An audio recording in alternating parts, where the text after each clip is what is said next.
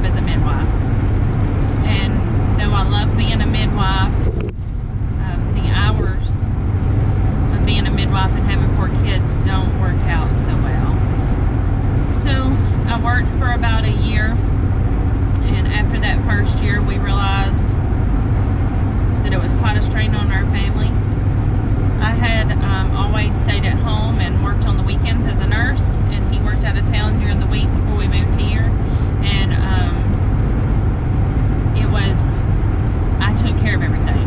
I took care of all the bills, I took care of all the groceries, I took care of all the housework, yard work, weeding, whatever needed to be done. So when he came home on Sundays and that was his only day home, then I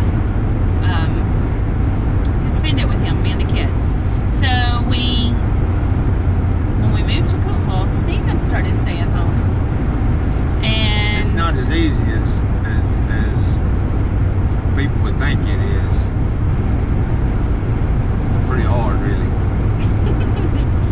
So when we moved to Cookeville, I was going to work and he was going to stay home with the kids. Well, we realized real quickly that didn't work out. And so Colt, our oldest boy, he helps out quite a bit, but we homeschool, so Stephen's not a real good enforcer of rules or chores or discipline. What do you think, honey? Yeah, pretty much any rules. Some of them I enforce, but there's a lot of it. I have a little bit of leniency. Not real strict. So I was on call anywhere from 50 hours a week to 110 hours a week, and working in the office and physically there anywhere from 60 to 80 hours a week. And we realized that kids need their moms more, and that this was a definite strain on our family. So in January of 2017, we were sitting there with my dad and my stepmom.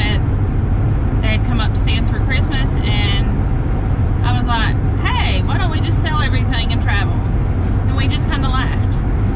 And so that really became a reality. And so we started really praying about that and contemplating that, and it became a conviction for Stephen and I that we tell our kids that it doesn't matter what house you live in, that it doesn't matter what clothes you wear, what friends you had, what car you drive. All that matters is what you do for the glory of God and your relationship with God. But then at the same time, I'm working 108 hours a week for what? So we can have these things in this house and this stuff. So I'm teaching my kids that there is more important things than God, and it's this stuff. Because of my life, it's not all about glorifying Him, it's about maintaining all this stuff I have. So we started looking at ways to get out of this current situation and to make more quality time with our kids, and not just be living for stuff or working for stuff. And I read a saying one time, and they're so true, that we don't pay for stuff with money, we pay for stuff with our time.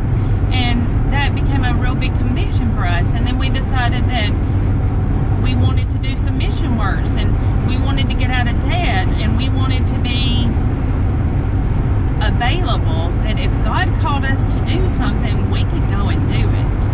So for us, that meant selling all our stuff. So we sold all our stuff.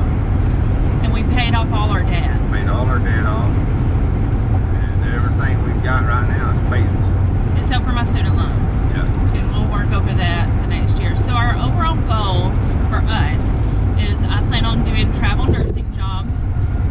And I plan on doing a 13-week assignment, putting back enough money that we can not work for the next 2 or 3 months, so that we can